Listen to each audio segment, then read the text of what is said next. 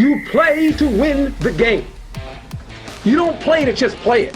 And the Pittsburgh Steelers become the first franchise in history to win 6 Super Bowls. Playoffs? Don't talk about playoffs. You kidding me? Playoffs? I just hope we can win a game. Touchdown! Kansas City! Damian Williams! Forward, diving to the goal line! A touchdown! And a title for the Patriots!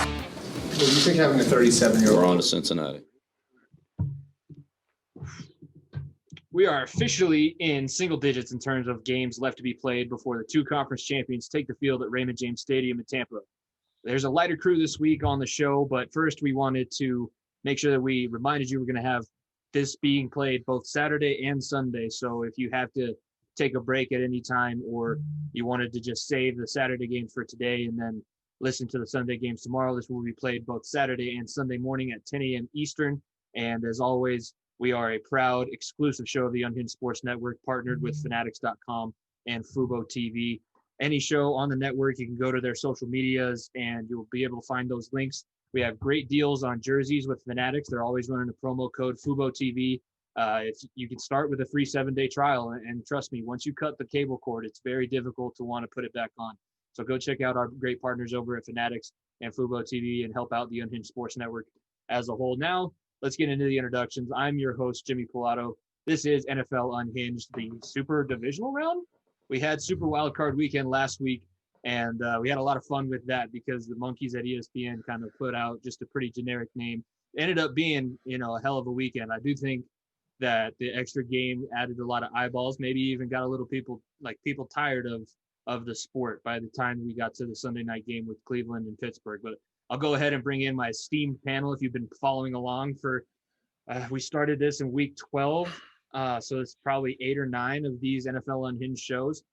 I'll go ahead and I'll start with the leader of our playoff standings in the NFL Unhinged Pickem. Zach Kyleman went 5 out of 6 last week. The Seahawks ended up coming back and biting you. But how are you doing? How did you feel about your overall pretty strong performance in the Super Wild Card? Yeah, I don't mean to say anything, but I'm feeling pretty good. But overall, I was quite surprised by the result over in Seattle. I don't know if many people were expecting the Rams to pull that one off. Probably, in my opinion, the biggest upset of the weekend besides the Pittsburgh Steelers against the Cleveland Browns. I'm feeling pretty good. I think that, Super Wildcard Weekend, definitely success, I would say, in the NFL's eyes. Was pretty exciting. Nice to have triple headers for both the weekends. The only disappointing game was my own Chicago Bears. So my 2 cents on that. Yeah, and I think they did that purposely to have the Bears on Nickelodeon because you at least had something else to focus on other than the fact that the Bears couldn't muster. Did they end up scoring a touchdown or did they only get a field goal? They scored their last play of the game. Jimmy Graham had an excellent one-handed catch. Oh, and yes, that's right. Here's what's and I usually don't focus on the betting crowd. I'm not as attuned to it. Oh, I was pissed, Zach. Well, I bet on that game. I was fucking pissed. I bet you were because everyone else was because they didn't. Yep, because they didn't do the extra point. NFL rule since 2018 that if you're losing, you don't have to kick it.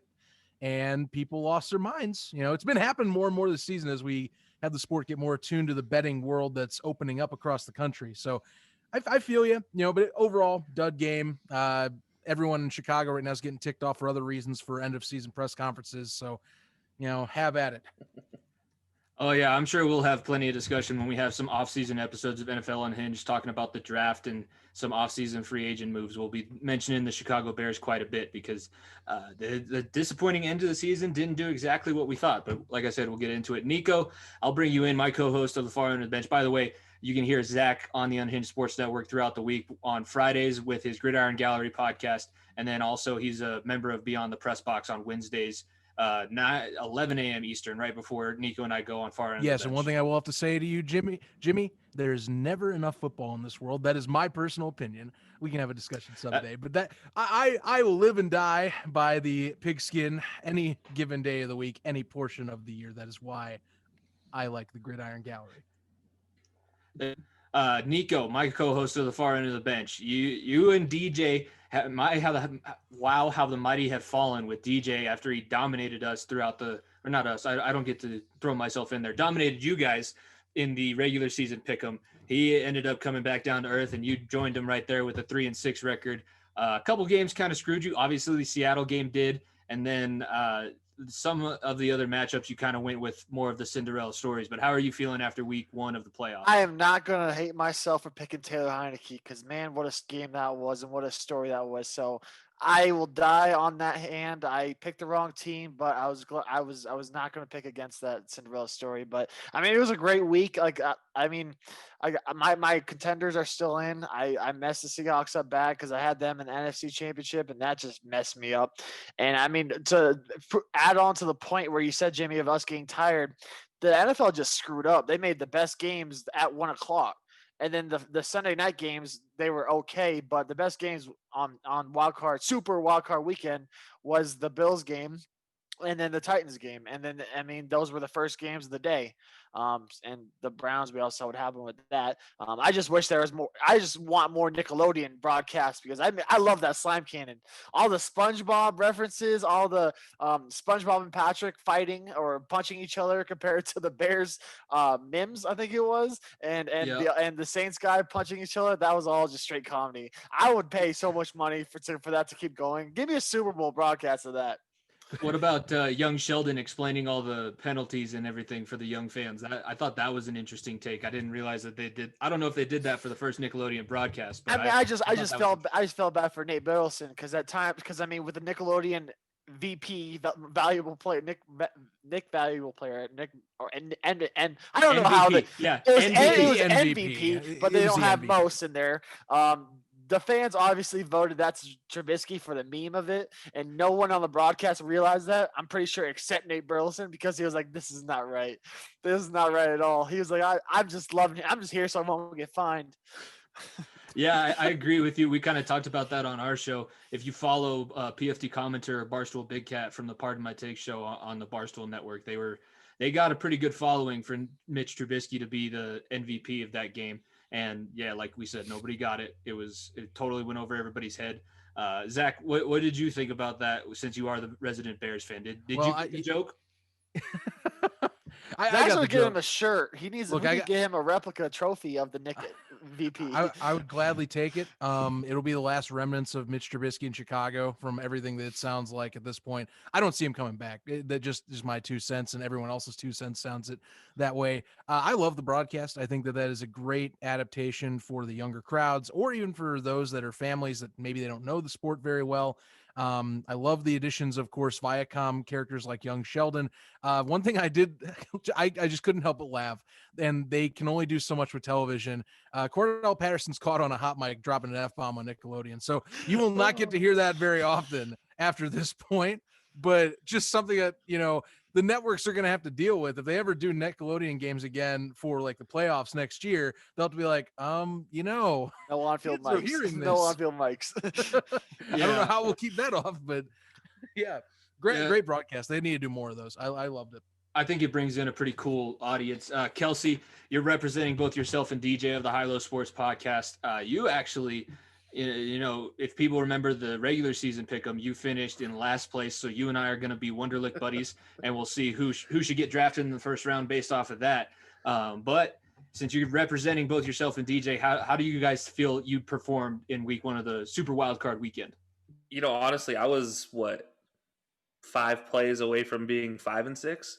If I got the Colts right, I mean, come on, like I called it in the thing. If the Colts are the one team that can make a name for themselves that weekend, and they almost did. Also, on the other side of things, that Seattle game, I called it in the pregame. If Russ decides he doesn't want to play smart and he decides to try to force it to DK, he forced it to DK. Look what happened. And I wish I'd picked that to go the other way, but I didn't. But you know what? I can't complain. I picked the safe picks because you know what? I don't want to take 2 Wonderlic tests. Like that's the least of my worries right now. But I do have a game to play with. I know DJ. I talked to him about it, man. He was just like, you know what? He has a crown. He's not too worried at the end of the day. He's whatever about it. He doesn't have any faith for us to get a better championship for the playoff pick'em. We might have to show him up on that. Maybe we'll come back with a WWE actual replica championship belt. We'll pool our money together and buy the $500 replica if he's. I'll carry it around. I'll carry it around and for every one of our showings if I end up winning it and be like, hey, Hey, look at this right here as we record our normal podcast. It will be as noteworthy as the MVP. Oh, all right. All right. We're already starting off hot. Everybody's if you've listened to the show before, there's plenty of rivalry. There's plenty of shit talking going on. Plenty of Jay Cutler talk. Don't worry. Yeah, Jay Cutler. You had to bring it up. If you guys, I mean, it's annual tradition. It's like annual tradition. We just started the show a few months ago. Annual tradition on the show. If you guys listen to my recent interview I did on my podcast, you guys would have heard me referencing this exact moment to a guy who played in the league, and he laughed. He's like, "What did you say?" And I was like, "All right, hear me out." And he even agrees with me. Well, okay, we're not going to go back to that. Yeah. So you know what? I gotta say, there's more people out there that side with me than that think I'm crazy. But then again, it's a fine line. When there's no more football left, we'll have a full 2-hour conversation about this during the off season. For the sake of Zach's sanity, if you saw the thumbnail for last week's YouTube video, we'll go ahead and leave the Jay Cutler talk out of it. I'll gladly pull up my hair and just kind of go off the rails. I mean, like I said, being the embodiment of the network is fine. You just want to keep poking it. Do that if you want. We might have to give Zach his own belt just for having to deal with the Jay Cutler talk. Just note, though, you're forcing the Jay Cutler thing with no reason. Now the Bears are gone. What the hell are you going to bring up this Jay Cutler unless you want to just keep poking? We're going to have that conversation. Is Jay Cutler the next, or is Mitch Trubisky the next Jay Cutler? There's another one for you. It's going to be called the Jay Cutler podcast by next year. If at this rate, I swear to God. I hope not, because his ex-wife would then charge us royalties because she thinks that she's entitled to everything that he ever did. Anyways, wait, does that mean she gets Kelsey's Island? Hold on. If she gets Kelsey's Island, we got to stop the Jay Cutler talk right now. I would just say tread lightly, because who knows what her attorneys are looking for. Oh, guys, no more Jay Cutler. For my sanity in your island, we can't do that. All right. Let's go ahead. Let's talk about the week that was in the NFL, because we mentioned it last week going into Wild Card Weekend. Once the first weekend of the playoffs were done, we'd start to see some of these head coaching jobs get filled. And some teams, I'm not going to call out Philadelphia. We already did that last weekend with their fan base and how annoying they can be and how disrespectful they are of everything. Not just Eagles, Phillies fans, you're lumped in there. Sixers fans. Nico has plenty of beef with all of you, but fans. Oh, Flyers fans the Flyers on the ice are just as disrespectful as their fan base, though. You don't get the nickname the Broad Street Bullies for being nice. But let's talk about some of these head coaching hires, and let's start in Philadelphia, because they did fire Doug Peterson a week after everybody else was fired, and that could have an effect on who they end up getting. But how attractive is this Philadelphia job now that Doug Peterson, who won a Super Bowl 3 years ago, has a statue, or I don't know if he's a part of the statue. At least Nick Foles has a statue outside of Lincoln Financial Field. How much intrigue are the Eagles going to get for their head coaching job with the obvious turmoil that's surrounding that? Zach, I'll start with you. Well, I think it all depends on how you look at the roster, specifically the QB position. I know that's cliche for most teams, including those that are looking for head coaches at the time.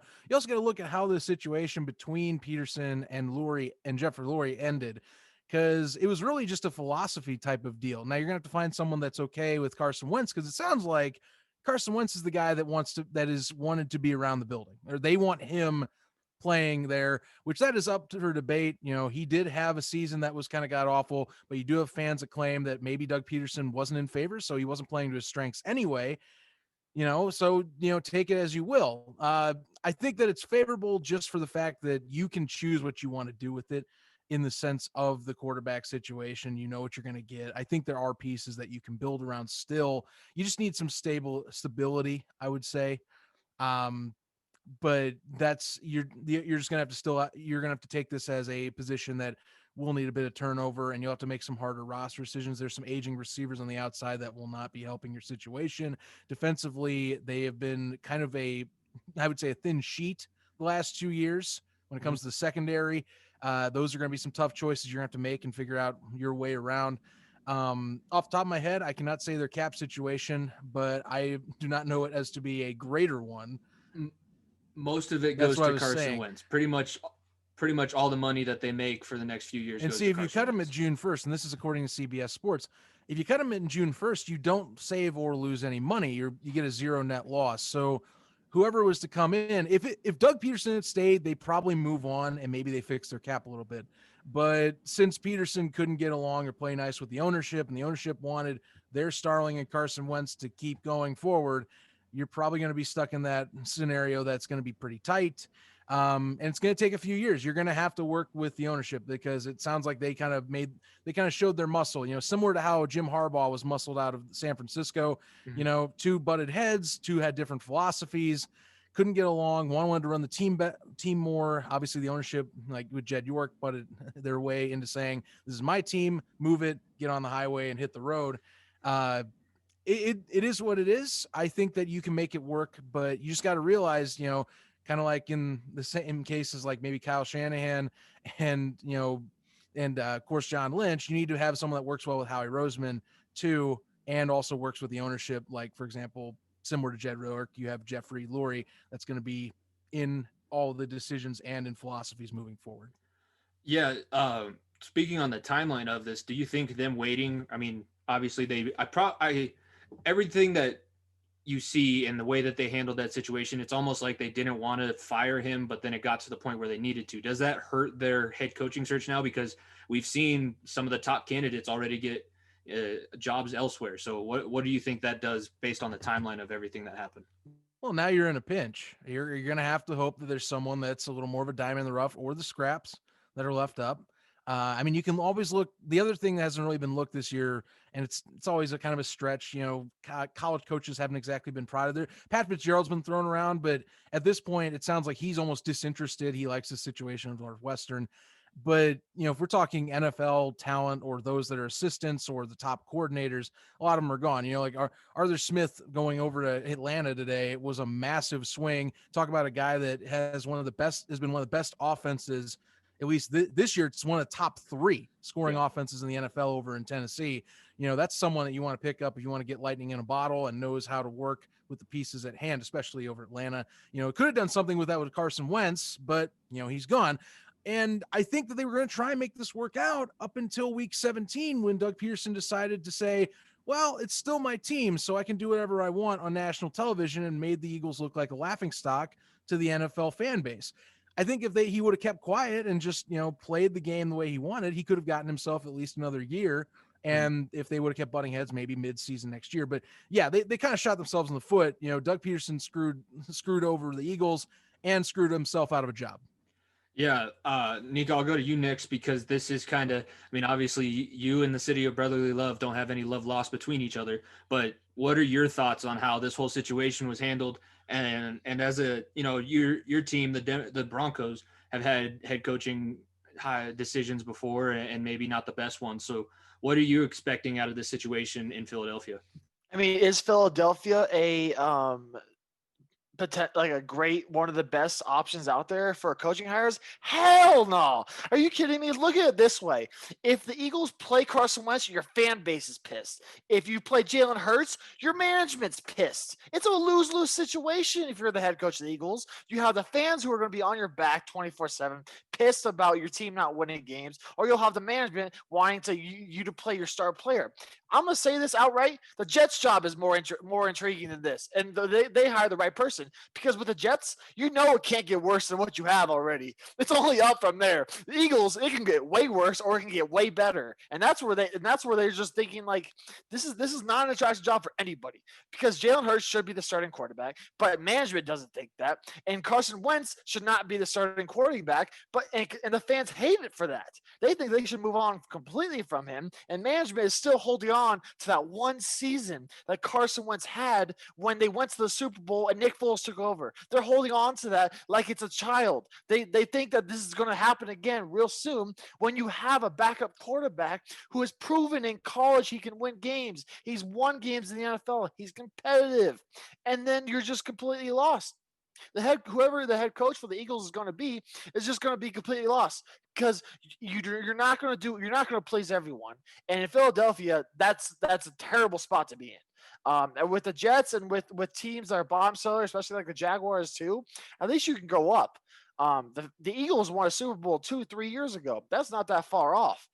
they're expecting to win. The fan base is, the management is, and you're stuck on the fence of between Jalen Hurts and Carson Wentz. That's just ridiculous. And then when you talk about who should be taking that spot, that coaching position, or Doug Peterson, he's not necessarily get fired. He said, quote unquote, I'm walking away because I don't want to deal with the Philadelphia media and the management. I mean, he got fired, but he came out and literally said, I don't want to deal with it anymore. So that's it's not like the Eagles were forced the hand. It was mutual. And Doug Peterson said, I don't want to deal with this BS anymore.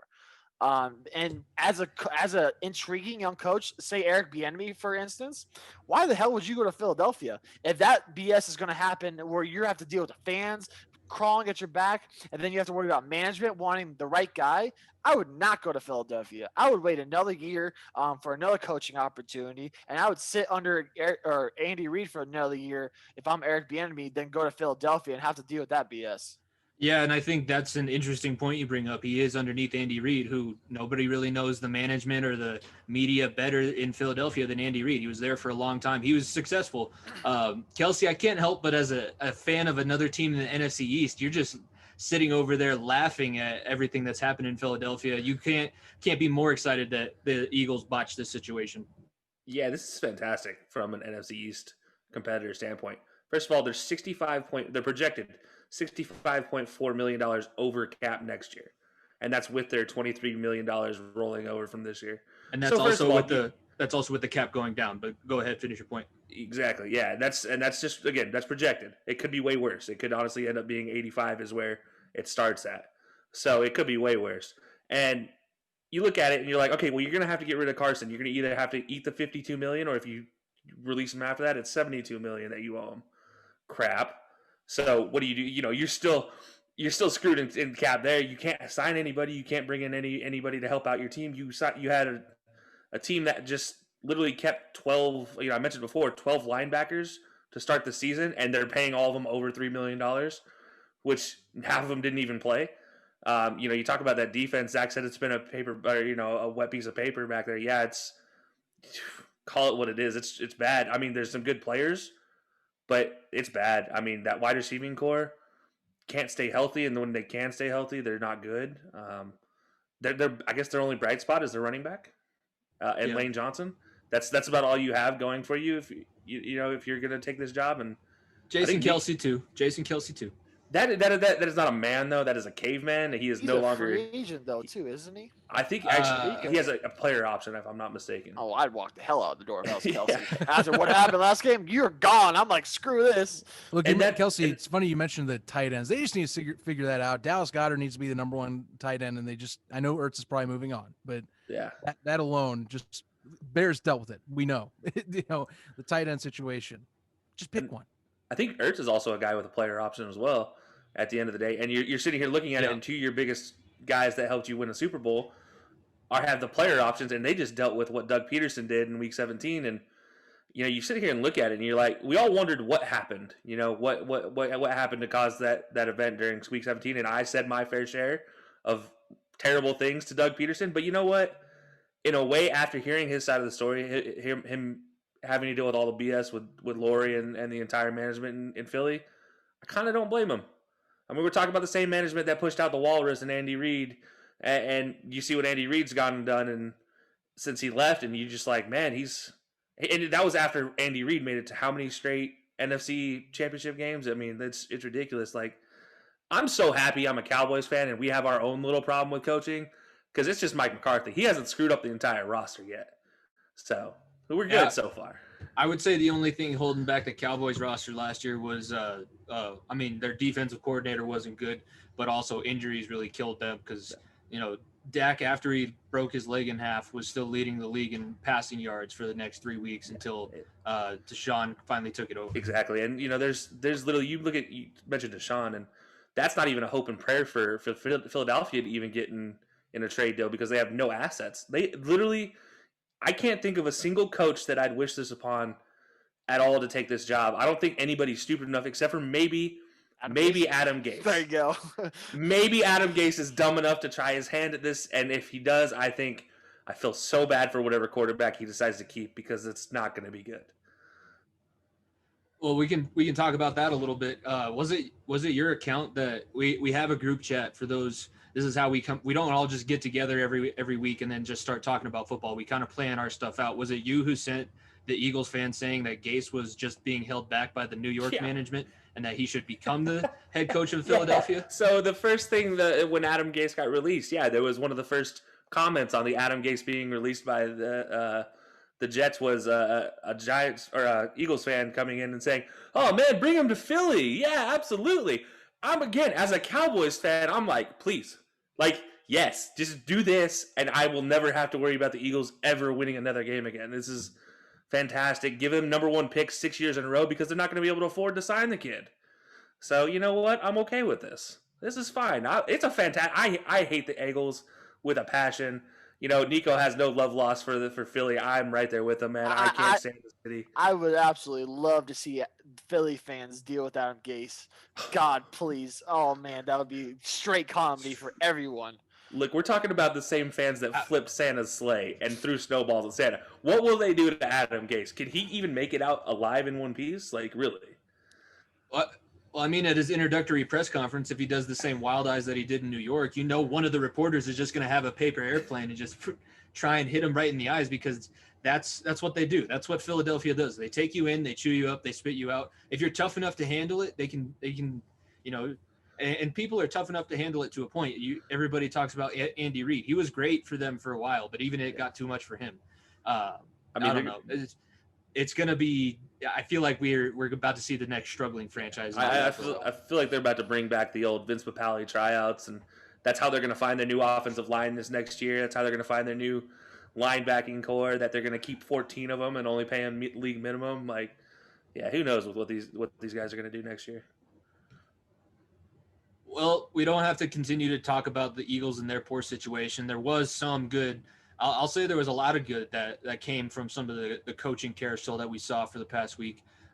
Let's talk about some of the main hires. I'll just mention them real quick, and then I'll give you guys a chance to kind of make your case as to who will have the most impact. But the 3 main ones that I put on the sheet, Robert Saleh is now the new head coach of the New York Jets. I think that's, that could work out really well for them. Arthur Smith, as Zach brought it up, he just got signed to Atlanta right before we got on this Zoom to do this week of NFL Unhinged. Urban Meyer, Jim had been calling it for a while. It was almost getting to the point where I was like, man, if he wasn't right about that, we were going to look really stupid. But Urban Meyer did end up signing with Jacksonville. He's going back to Florida. And I said my piece. I don't have to remind everybody how badly I don't care for Urban Meyer anymore. But who do we think will have the most positive impact the earliest out of those few coaching hires? Nico, I'll go to you first. Saleh, Arthur Smith, I'm not or going to say Urban Meyer? positive as in wins right away. I'm going to say positive as in the organization going the right way. And for me, it's the Jets. It's weird saying that. Robert Saleh, I was one of those people that was saying if we move on from Fangio, I want Robert Saleh because there's not a tougher guy and a more bronze guy to represent a New York football team than Robert Saleh. I think that's a match made in heaven. Now they just got to figure everything out. They got to do well in the draft. They got to figure out if they want to go with Sam Darnold for the future. But you have a coach now that can literally handle the New York media much better than Adam Gase. He's like you said, our expectations are low. He's not expected to come in right away and then be a playoff team. He's expected to build this team up from the bottom. He's a brand new head coach. This organization is starting at ground zero, basically. And like I said, Darnold showed promise. Now we can see Robert Saleh take over the defense, and I don't have to see Greg Williams' dumbass anymore all over my screen and his headassery at defense head coach. So he's going to be running the defense. He's going to bring bronze to the New York organization. When it comes to Arthur Smith with the Falcons, I'm interested to see what he does because he kind of has to change his philosophy a little bit because Falcons have a very, very pass-heavy team. And when you were with the Titans, you had Derrick Henry. Now you have Julio Jones, Calvin Ridley, so many weapons on the outside. Let's see how Arthur Smith does with that compared to what he had in Tennessee. So I'm interested to see that. And then with Urban Meyer in in Jacksonville, it's just a big what if. What if Trevor Lawrence is the next big thing? What if Urban Meyer is done coaching after this year and Jacksonville has to scramble? That's just the biggest what if. Jacksonville has good pieces. James Robinson is a stud. Laviska Shenault, G.A. Chark, they have weapons down there. They just got to put it all together. I like the Robert Saleh signing or head coaching signing the best. I think it'll produce wins right away. No, but for the long-term future, he's the best fit. Zach, since you mentioned Arthur Smith, I'll go ahead. I kind of see this as an interesting move because, like Nico said, he's going to have a lot of different pieces, but the pieces that he has in Atlanta is almost really fun for a new age offensive coordinator because we're starting to see pass games open up. Joe Brady in what he did with LSU and then in Carolina last year, I think is kind of evidence of that. What do you think of that signing in Atlanta? Do you think he's going to be successful for that franchise? Yeah, I think he has a great shot at being successful at in this franchise. Look, it's a lightning in a bottle still. I think it just came down to really at that point a cult, or at least a team that was getting lost in an organization that didn't know what to do with itself and needed to kind of move on. We kept hearing about the criticisms, of course, of the 28-3 collapse, and that's been holding on for several years now. I don't think that ever really got shaken, really, and I think that it was best to finally say, look, you did what you can. You tried to keep this team moving. Things just weren't working out, and you keep having, and you have these pillars of an organization that are defining a successful era of Falcons football. You have to do something with them, especially on the tail end of their careers. You don't want to trade them. I think Arthur Blank just kind of said, you know what, we need to ride with these guys and give them at least one last go. Or of course, if Arthur wants to, and we figure in say a year or two that this isn't working out, but we're kind of on the doorstep of success, maybe we can move on and kind of reset somewhere along the line. I think with Arthur Smith, though, you get somebody that understands how to run an official offense. I understand that Tennessee is a bootleg offense that is run first. So the hot question, right, will be in Atlanta now with having the GM slot and the coaching slots all, kind of now in place, is what do you do with the running back position in particular? And especially, who's he going to bring in for staff? He's an offensive minded coach. So that always comes to mind as what do they do on defense? How well are they evaluating defensive coordinators? There are some good options out there that are rising stars. Actually, one of them in the Bears camp is Jay Rodgers, defensive line coach, which is a hot name right now, not only for Chicago, but for other places. He's on the end of his career, on the end of his contract, might be moving up a spot. People have liked what he's doing out there. But it really comes to depend on how they evaluate that position. He is not the one I think has the most impact, though. I do like the choice, honestly. If you're going to just stick with your strength, and considering that the Falcons already are well sought out of that position, might as well add somebody that can do that. And it's coming from an organization that has stability. Mike Vrabel has stabilized the Titans to be a winning presence, even with their glass cannon mentality that they had. That was the successful part of their team, was Arthur Smith and that side of the ball. I think you can find someone that adapts to that side of the ball well, and that's what he was doing out there. Although I will go with Saleh as the more impactful. Culture change is what the Jets need. If you've seen anything with Robert Saleh videos, and of course these kind of inspirational type of speeches he gives, one of them was actually for a coaching conference last year on the importance of a staff in particular. That's a guy that I think has his head on his shoulders. Adam Gase, from day one, we kind of just laughed off that maybe he was on something at the initial press conference. And since then, it's just been kind of a dopey affair with the New York Jets. I think you get somebody that at least says, hey, I'm serious about this. I know how to get the best out of my guys. I'm a guy that's going to get my players to play for me and be supporting me from day one.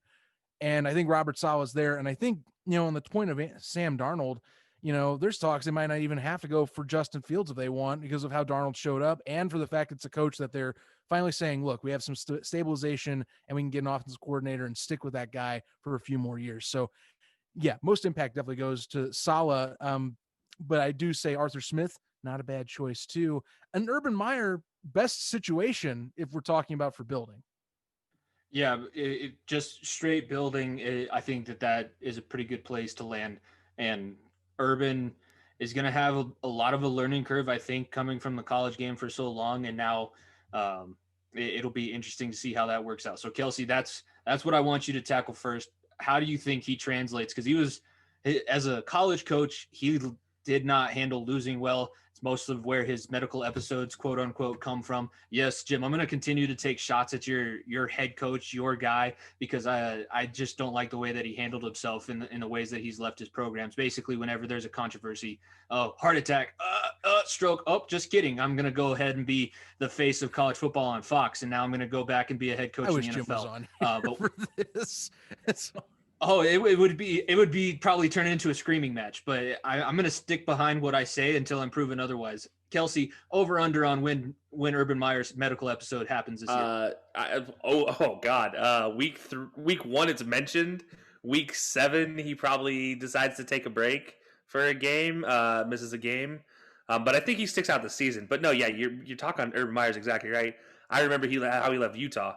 He had a stipulation in his contract that if Notre Dame job opened up, that he could leave his contract with Utah and go take that Notre Dame job, but only that Notre Dame job. Ends up in Florida. Okay, you just left a program. You just took the Fiesta Bowl. You just led Alex Smith to a program and you left him high and dry. Anyways, yeah, I'm not a big Urban Meyer fan either, so this is tough for me. But I do think, yeah, his convenient medical excuses, whether they're real or not, at this point in time, we've heard him so many damn times. It's like the boy who called wolf.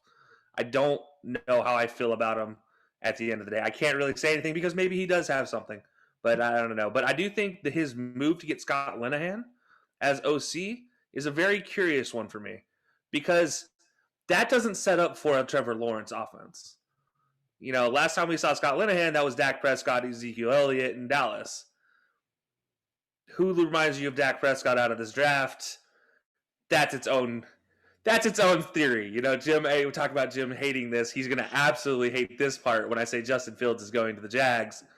And that's why I don't pick Urban Meyer to be the most impactful, because his offensive coordinator was a terrible hire, in my opinion. If that happens, I will. I would love to see the live reaction, because I really hope it does. I will. Well, we can mention it a little bit because Nico and I are going to be on Colorcast this week, but we are we do have some irons in the fire. We're not gonna say anything specific, but we could have the possibility of a live reaction, especially for the draft. And if that happens, we need the commissioner on stat, because I just want to see what his face is going to be like. I want to see the tears. I don't care about anything else. Bring on the tears. I think he might burn anything that he has that's Jaguars. I hope it's Brunel jersey, just because that would almost be like poetic justice. But who do you think is going to be the most impactful of the new hires? Arthur Smith is an interesting one just because of that offense. But I got to side with everybody else. Robert Saleh. And the one thing that I'll mention that you guys missed is on this one, his defense isn't bad. All he needs is corners to fill out this defense, and he has a really solid defense. They get Mosley back next year to go along with Blake Cashman, who, if you guys are Madden fans, he's fast as hell, but on top of that, he's a tackling machine. And their defense stepped up with Quinnen Williams, the young kid who has 2 last names that I cannot think of his name for the life of me. The defensive tackle also had a fantastic year. Honestly, that offense is the only thing that needs to that worries me, and whether they stick with Darnold or not. I think I've said it since we talked about Adam Gase before. I think Adam Gase was the issue. It wasn't Sam Darnold. And I think if you see if they get an offensive coordinator in there that can help him in the way he needs to be helped, then I wouldn't be surprised if this team rattles off 8-9 wins next year. Because Robert Saleh, with how good he is defensively, he kept the Niners in contention this year. Let's be honest. With that beat up defense, he kept that beat up defense in contention throughout most of the year. So if he can do that with that team, and imagine what he could do. He gets a corner in a draft. Maybe use that number 2 pick, gets to Patrick Surtain, maybe move up in the draft, also get another corner. You just never know. Never know with these Jets. I don't know about 8 wins. I say definitely over what they did this year. Easily, yeah. IDK about 8 wins right away. Maybe 2 years from now, but not 8 wins right away. I do think they get the most wins of all the teams that we mentioned right here, between Atlanta, New York, and Jacksonville. I do think they have the most wins. More than Jacksonville, I think Atlanta, there's an argument to be made. Yeah. Look, I want to bring this up as well, because we talk about Sam Darnold and whether or not he's going to move on. I was listening to a podcast last week with Chris Long, the former, son of Howie Long, Hall of Famer, and a couple-time Super Bowl champion with the Philadelphia Eagles and the New England Patriots. So not really likable teams there. Yeah, but he mentioned, having Greg Williams as a defensive coordinator when you're a rookie quarterback brought in like that, you're not learning how to play in the NFL level. You're learning how to handle eight-man blitzes every single play, which is not how you develop as a passer, especially for a guy who was so young. I mean, Darnold was drafted, I think he was 20, but he wasn't 21 yet. And a half when he got drafted. So he was his first game. Yeah, I think he had just turned 20. It was like 2 weeks into his 20-year-old season. Yeah, so I think that might be, getting him away from a coordinator like that might be the biggest thing for his development.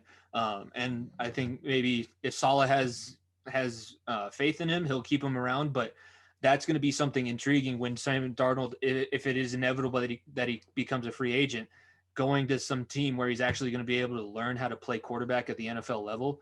We've seen his talent. We've seen what he's been able to do just with what he's already got. I think that might be the bigger conversation surrounding Sam Darnold, not necessarily being out from underneath Adam Gase. That never hurts, but being out from underneath the defense that is led by Greg Williams might be even more of a solid opportunity for him. How Greg Williams is still getting jobs in the NFL right now, considering 10 years ago was the Saints bounty hunt. Yeah, it's just beyond me. Yeah, he sat out for he should have been, and then was brought back in. Yeah, he should have been fired after that. Yes. There's no need for that in the league. Just the same as Doug Peterson. There's no need in the league for throwing games. There's no need for trying to hurt guys. And those are, two things that I think are inexcusable, and hopefully he never gets another job. But somebody's going to be taking, maybe we see him at the college range, which would be even more interesting. I doubt that he gets an NFL job anytime soon. Greg Williams in college is a terrible idea. What was the Rutgers coach a couple years ago that came up and Craig Schiano? Yeah, that's 10 times worse than Greg Schiano going to the pros. That's like, oh goodness. I didn't say that I didn't say it'd be successful. I just think that it could happen because I don't think that there's an NFL team that'll take a chance on him.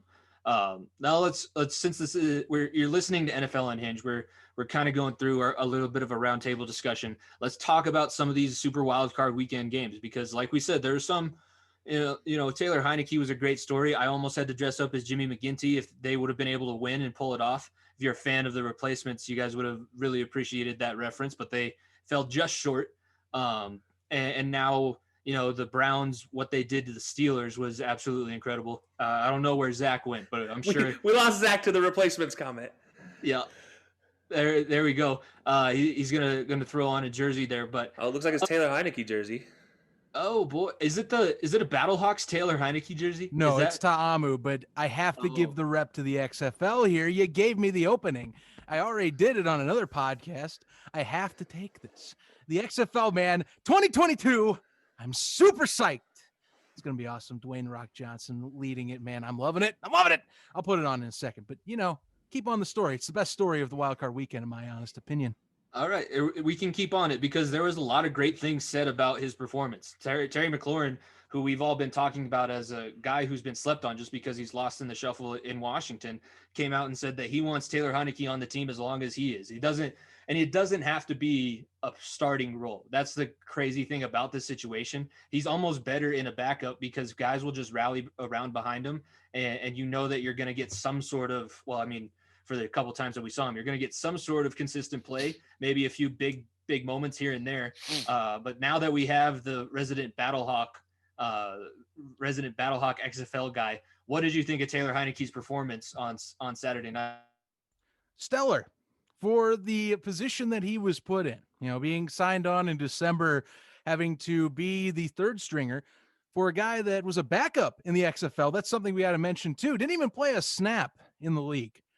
And sure enough, we get him coming in, and if it wasn't for a separated AC joint that he has happen while he's diving for a touchdown, mind you, ran, I believe it was a 12-yard TD run, which is one of the best runs I've seen by a quarterback, and one of the most, I would say, gutsy plays I've seen by a QB. I was impressed, heavily impressed. I don't know what's going to happen to him after the end of the season. I'm hoping at the very least he's one of the QBs on the roster just for how he gutted out that loss. I mean, you have to wonder, they were within a possession. If they don't have to kill a possession with him being in the locker room, or if they don't have to kill one in particular, the one where he has the initial pain with that AC joint, you wonder what happens in this contest, because Washington could not stop Tom Brady. So it was a back and forth affair for most of the second through fourth quarter. I was just impressed. This is why spring football should be a thing. It's why you should have alternative leagues. I will stand on that post. I did it after the game. People who smash it down for saying these guys can't play in the NFL, there's your example right there. That's a guy that held up to a Hall of Fame quarterback, one of the greatest of all time, if not the greatest, and took it to him, almost had his chance in the sun, lost by a possession, and did it with a separated joint in his shoulder. I don't know how you can tell me that spring football can't succeed or doesn't deserve to be here. And it's been proving that people like it, because there's going to be 6 different leagues if we're including the CFL this year alone. We aren't even including the XFL in 2022. Stop giving it slander. Let's respect it. That's the best story of the weekend. I'll say it once and I'll say it again. And I got to get myself a Heineke jersey. I have Ta'amu, who was the starter for the Battlehawks 2020. I got to get one from China. that's Heineke. I just got to get custom made. But I loved it. It was my favorite game of the weekend. I got to be honest with you. No, I think you hit every single point about that storyline. Spring football, people have talked about it all the way back to the USFL, and people forget up until Trump tried to move the USFL to the fall back in the 80s, they were doing pretty well. You had a lot of really fun games. Jim Kelly versus Steve Young. It was something to behold. There's alternatives just to, there's alternatives just to the NFL. You don't have to go straight from college to the pros. You can have a little bit of a semi-pro league, and it should work out just fine. Nico, do you want to touch on the Heineke? Do you have any other storyline that you wanted to touch from Super Wildcard Weekend? Well, I mean, with the Heineke whole situation, look, I said this on our pod, Jimmy, is Washington football team, the product they're putting on the field is now respectable. They just need to figure everything else out behind the scenes. You got a head coach that beat cancer. You had a quarterback who came back from one of the most heinous injuries we've ever seen in NFL history. We had an XFL guy come into a playoff game and almost take down the greatest quarterback of all time. This is a 30 for 30 in the making. That's 100% the biggest deal. I'm excited for Washington football team in the future. They just need to get a name. That's the step one. Step two is figure out everything with Dan Snyder and possibly get a new GM and owner and everything along with those lines, because that's the next step. Because what you're putting on the field is now respectable. Yes, you had a losing season, but you fought hard all the way to the end. And if they're set up for the future, they have young talent around them. Like you said, Taylor Heineke. The football team is in a spot where they don't have to draft a quarterback now. They can run with Alex Smith and they can run with Taylor Heineke another year. If Alex Smith is able to turn, and then Heineke, he's earned a spot on this team 100%. He's earned a spot another year. He deserves a chance to be a starter on this team. This shows how bad Dwayne Haskins was, though, considering that they were able to move past him and Taylor Heineke was that next guy, because that shows how much trust they had in him. They said Haskins ain't a top 3 quarterback on this team, and it showed. Taylor Heineke, no doubt, was the second or third best quarterback on that team. And they're moving on quickly from that. I think the other story, obviously, this weekend was the Ravens debacle. The Ravens-Titans game, that was just nuts what happened there. The Ravens played a fantastic game. Hats off to them. They had a great game plan against Derrick Henry, but stomping the logo, come on, man. You're better than that. Considering that group together hasn't made it past the divisional round of the playoffs since Joe Flacco, Ray Lewis, and Ed Reed was on your team. Have a little bit of respect. They could, that could come back to bite them in the ass real quick if they don't get their shit together. Considering they have to go against one of the most promising quarterbacks in the NFL right now, Josh Allen. That's probably the biggest story of the weekend. The Taylor Heineke story is the heartfelt story of the weekend, the I love football story of the weekend, but the biggest story was the Ravens and Bills. Sorry, Ravens and Titans, excuse me. Yeah, we mentioned that quite a bit. I said as a former player, I would have had a lot of problem with that. And it wasn't even just, I mean, Marcus Peters has been a dick ever since he's been in the league. Everybody knows that. He has no time for anybody else. It was the Lamar Jackson running off the field and then coming back for a fucking TV interview. Are you kidding me? Like, win with some class. You haven't won a playoff game yet. It's a huge moment for you. Don't ruin it by being an absolute prick and running off the field before you shake anybody else's hand, because that team has owned you the past 2 times that they've played. Like, they beat you in overtime. They came back and beat you in overtime week 11, and they dominated your ass in the divisional round last year. You're not that great where you can just run off the field and not shake anybody's hand. There's certain players who have earned that respect. Lamar Jackson was on his way to being there, but he totally jumped the gun on that. And I'm sure, you know, I believe all of us have played football in some capacity at some point. You know, you got to give your opponent at least a little bit of respect. Don't stomp their logo, not dap them up, and then run to the locker room before you come back for a national TV interview. That's just not cool. Kelsey, well, what are your storylines that you take away from Super Wildcard Weekend? Well, okay, my only conversation piece on the Titans-Ravens thing is, if you're the Titans and you're going to get butthurt about this, don't do the crime if you can't do the time. They did it first. It came right back to them. Hold on. They did it. They did it. Regular season? They did it. They were filmed before the game, digging their cleats in, turning it on the logo of the Ravens logo. After that was before the game, before the regular season meeting this year. But the Ravens are pissed off because they break it down in the middle of the field. There is no rule saying that the opposing team can't break it down in the middle of the field. I get it is actually. You can't cross the 50. You can't cross the 50, and they crossed the 50. They've done it. There's an actual rule that says you can't cross the 50 pregame. The Titans have done that ever since Vrabel has been there. Everybody knows that they do it. If John Harbaugh wants to get his panties in a wad and go start a fight with Malcolm Butler and half the Titans defense, that's on him. That is fine. I don't have a problem with them breaking it down on the midfield logo. And the Titans were ready to give the Ravens the props that they deserved, because yes, they did everything that they needed to win that game. The Ravens coming back and saying, you know what, since you hurt our feelings earlier on this season, I'm going to go ahead and I'm going to try everything that I can to slight you, even though we probably shouldn't have won that game. We just have a hybrid at quarterback who won us that game by himself. Yeah. No, look, I'm not saying anything the Ravens did is right. I think this whole situation should have never happened to begin with. If you're Mike Vrabel, you know the rules of the game. You know you do not walk on another team's logo pregame. If I walked on another team's logo pregame, it doesn't matter what the hell I'm doing. I'm in the wrong. Look at T.O. When he's with the Niners, he goes and celebrates in the middle of the Cowboys. I don't care who you are, you don't do it. You do not celebrate. You do not do anything in a positive or negative light on another team's logo. You don't even step on your own logo in the locker room. You don't do it. Juju, we're looking at you, by the way. Also. Yeah, 100%. This is all Juju and Juju, we're talking to you also, buddy.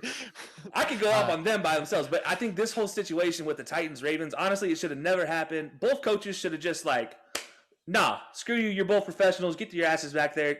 Shake a hand. Give a Dabo Sweeney handshake if you have to. I don't care.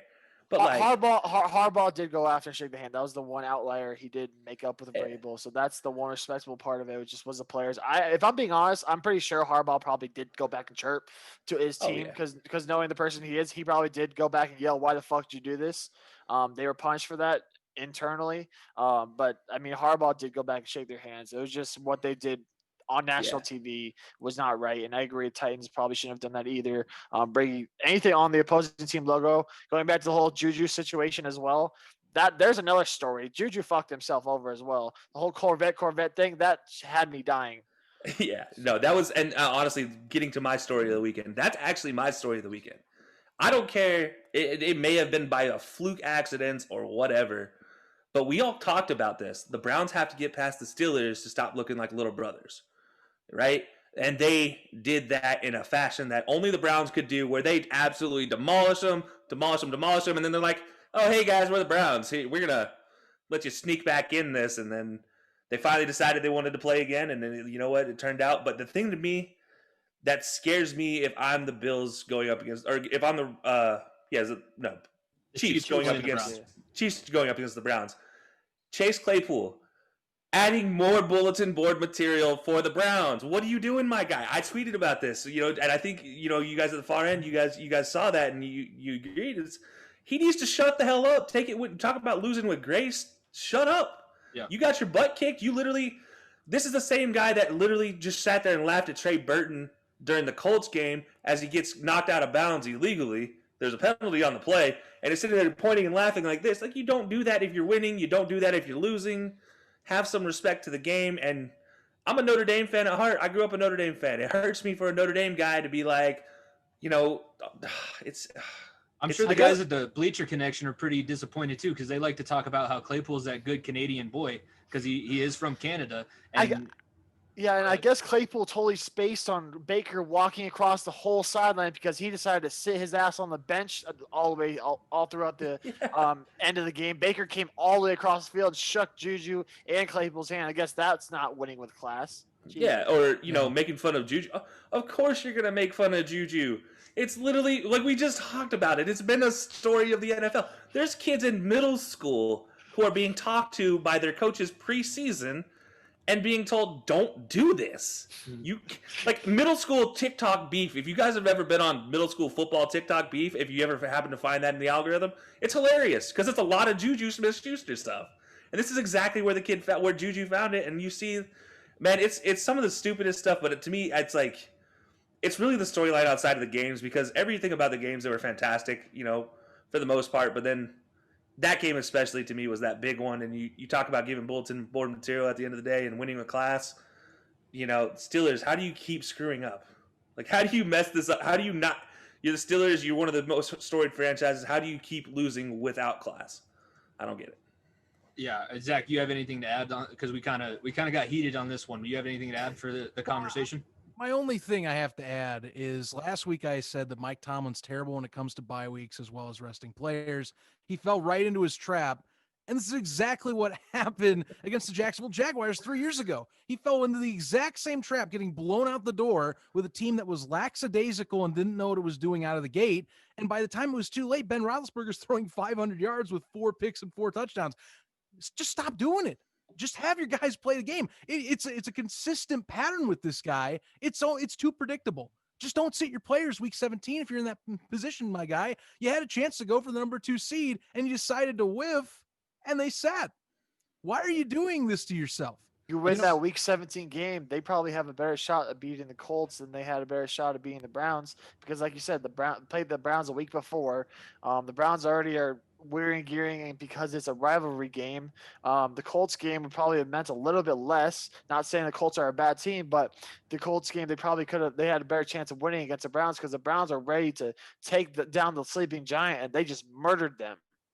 It was bad all the way from the start. I mean, I'll give a shout out to Marquise Pouncey. I'm not going to say too much because I don't want to say anything that'll get me in trouble by his buddies.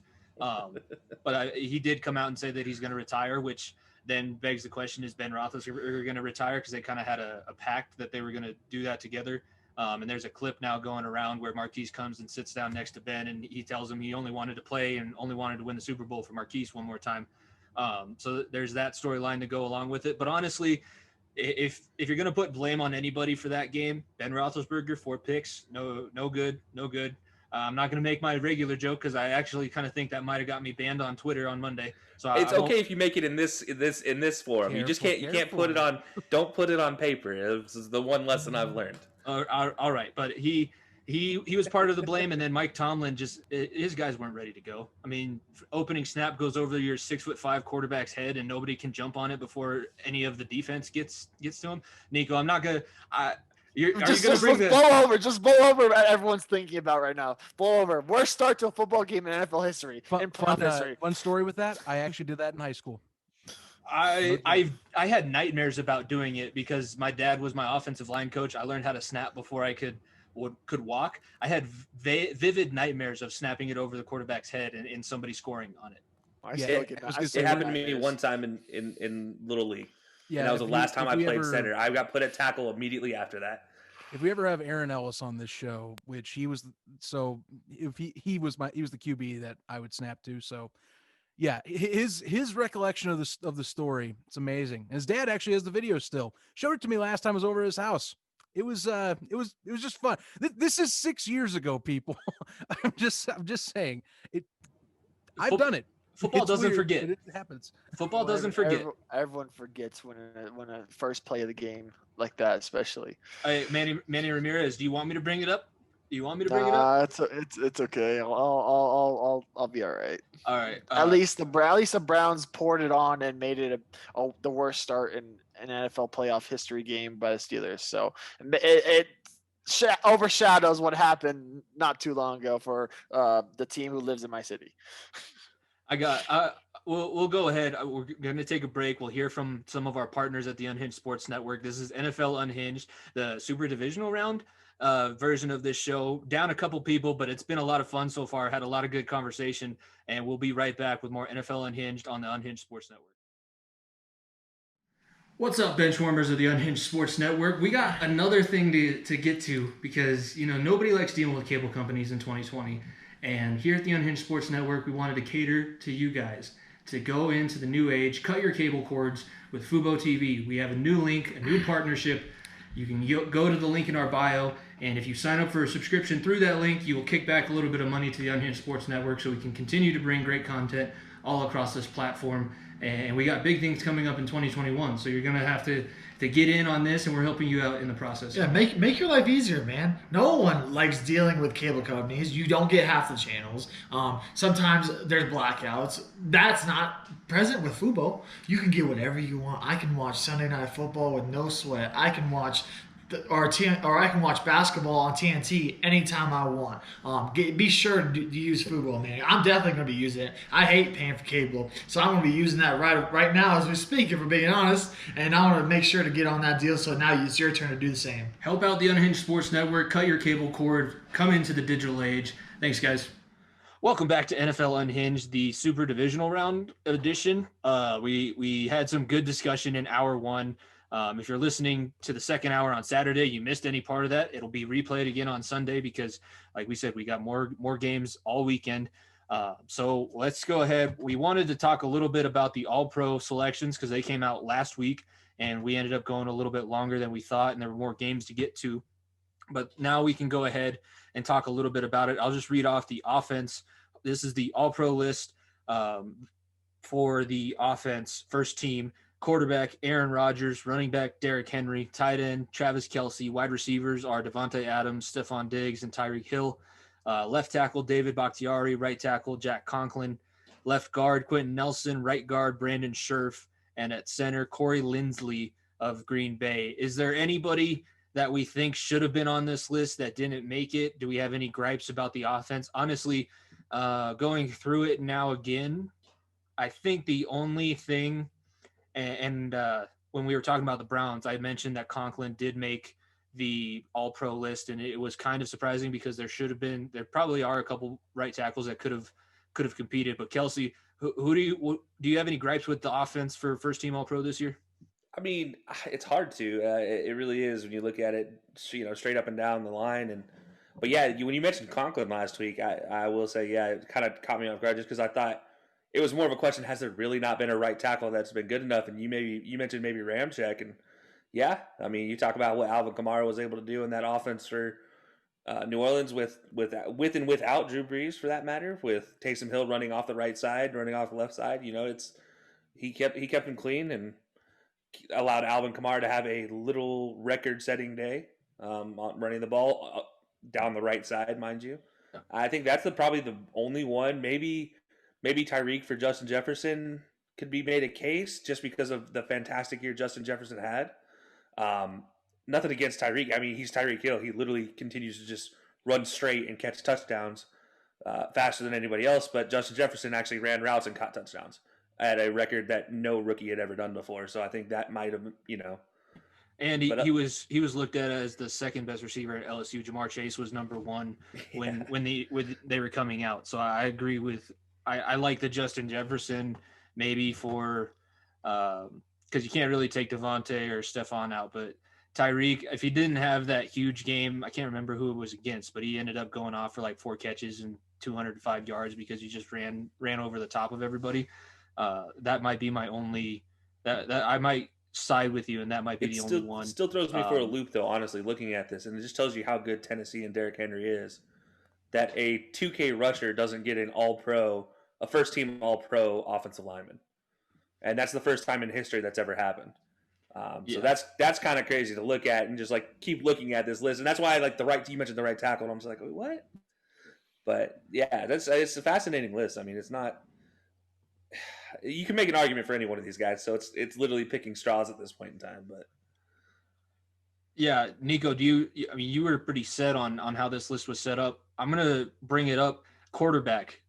I know Aaron Rodgers had an MVP level season, more touchdown passes than JK has punts for that team, but is there an argument to be made for maybe Josh Allen, I'm sure Josh Allen and Patrick Mahomes were in contention. I haven't looked at the second team list, but should they be first team over Aaron? No, I don't think so. What Aaron Rodgers did this year was unbelievable. I think the NFL it's kind of weird they only do 2 teams. I think the NBA does it right with 3 teams because the NFL, there's so many good teams and great players. Like saying Patrick Mahomes and Josh Allen not being all pro, like first team, is not like a jab at him. It's just that Aaron Rodgers was that a little bit better because Josh Allen and Patrick Mahomes had absolute fantastic years. I think the only gripe I had maybe with the first team would be maybe D-Hop over Tyreek Hill, but like I said, Tyreek had a really good few games. Most of my gripes were with the second team. I think what's really weird about the All-Pro is like we see there's like 5 or 6 All-Pro guys on this list who aren't in the Pro Bowl for some weird reason. The Pro Bowl voting is so fucked up. Excuse my language. That's the best way to put it. Like it's just ridiculous that this list is like this, and half these guys aren't even in the Pro Bowl and recognized as the best players at their position. People that stand out, in my opinion, are I'm biased here, but Garrett Bowles isn't. He had a great year. I believe he's second team. I know he's second team. He deserves to be in the Pro Bowl. He's not there. Justin Jefferson didn't make the Pro Bowl. He's second team. Calvin Ridley didn't make the Pro Bowl. He's second team. There's a lot of guys on this list that like deserved it. My only gripe, I'm gonna say Justin Simmons had probably as good of a year as Jesse Bates did. So I think there's an argument that can be made. He deserves a little bit more. Obviously, Jimmy and I can go back and forth on all day. I think Justin Simmons is the leader of the Broncos defense. That's why I give him the slight edge. But both of them deserved it. So that's why I think there should be 3 teams, like the NBA does it, like NHL does it. Because, like you said, there's some like ties on this list, which I think are very weird. And only be able to pick 2 running backs out of all the great players, like Dalvin Cook, he had a great year. He's not even 1 or 2 on this list. He deserves to be recognized. Why not make a 3rd team where you recognize the top? There's 32 teams. And you're telling me you can't make 3 All-Pro lists? That's just ridiculous. And Pro Bowl voting, it just gets stupider and stupider every year. They need to figure that out. Yeah, and that brings up an interesting conversation, and I'll go to Zach with this one. There's 3 basically lists that you can make at the end of every NFL season, and one of them is more recent than the other 2. But there's the Pro Bowl, there's All-Pro, and now there's the NFL 100 list, which a lot of guys are taking a lot of stock into it as well. What do you think is the best metric for the best players in the league? Is it the All-Pro? Is it Pro Bowl? Or is it the NFL 100 I think it's the NFL 100 list. I think it's the most honest one. You get decided by your peers, ones that actually play the game. You know, there's not as much bias, I would say, leaning into it on just name branding, if you will, or at least in the sense of who's the most recognizable at times. Because I feel like All-Pro kind of leans into that too, or it's starting to get that kind of vibe. We know that the Pro Bowl is that way. It's a fan vote. It's going to be usually who is their name recognition. Like, for example, I didn't think Khalil Mack deserved to be in the Pro Bowl this year, but he's going to be in the Pro Bowl. You know, I thought it was a subpar year for him. And honestly, if it wasn't for the fact that for how good he is as a run defender, I don't think he really deserves to be on the edge in this second team All-Pro. But that's just my personal 2 cents and my fan standard for him. But NFL 100, I think you go with the peers and the ones that actually play the game. They play these guys week in and week out over a season. That is the best metric. That if you want to make the most honest NFL 100 or NFL listing of talent, that is the way to go. I put a lot more stock in it, and I'm glad that the NFL, or at least NFL.com, has started doing that in recent years because it's my favorite thing to look out for in the offseason besides the draft is just kind of we look at a year in review. You know, of course, we know who wins the Super Bowl, but we get to see and recognize the talent at hand for what it really is. And I think in its purest form from the player level and those that are in the game. Real quick, I got to put some, I got to ask about disrespect here. Roquan Smith, I was going to bring up either way. It was a hot button topic for me as a Bears fan and others in particular. And the big question is, who do you switch with him? Because of course you can't really, it's a hard argument, who gets switched out of the first team all pro, Bobby Wagner, who's going to be a Hall of Famer instantly by the time he retires. I'm not going to argue against Darius Leonard because DJ would be ripping me apart probably for doing that. And I understand because Darius Leonard also was disrespected when he came into the league. So why would I do that? That seems hypocritical. Fred Warner to me is the choice that you say, let's knock him down a peg. I know statistics aren't everything, but if we're being honest, Roquan Smith led in most or tied in almost all key statistical categories for linebackers this year. The only thing that he gets critiqued for is everyone points to his Pro Football Focus score, is that he has a 67 score on there. PFF, for what it is, it is an algorithm and brings in some portions of the game that maybe you don't think about, but it is skewed at times. There have been some talks about it. I don't completely on that score. A lot of other fans for the 49ers in conversations that I have read or had have said, well, it's his pass defense. That's why Warner got it. I'm like, I don't agree with that either. Smith actually improved as a passer. How does he get 4 picks this year? Yeah, 2 of them come against the Jacksonville Jaguars, but he still beat out others like Warner in the interception categories too. The guy is decent at covering what he needs to as well. He took massive steps. I felt that was disrespect that he got there. Warner's a hell of a linebacker, but in all honest opinion, if we're talking a lot of categories, Warner gets knocked down. I'll actually add in 2 more too. Dalvin Cook, absolutely agree with Nico here. Alvin Kamara is a great one as well, and he'll go on the NFL 100 list, and you can debate on his importance. But if we're talking all pro and most impact, who's the second best running back in the NFL?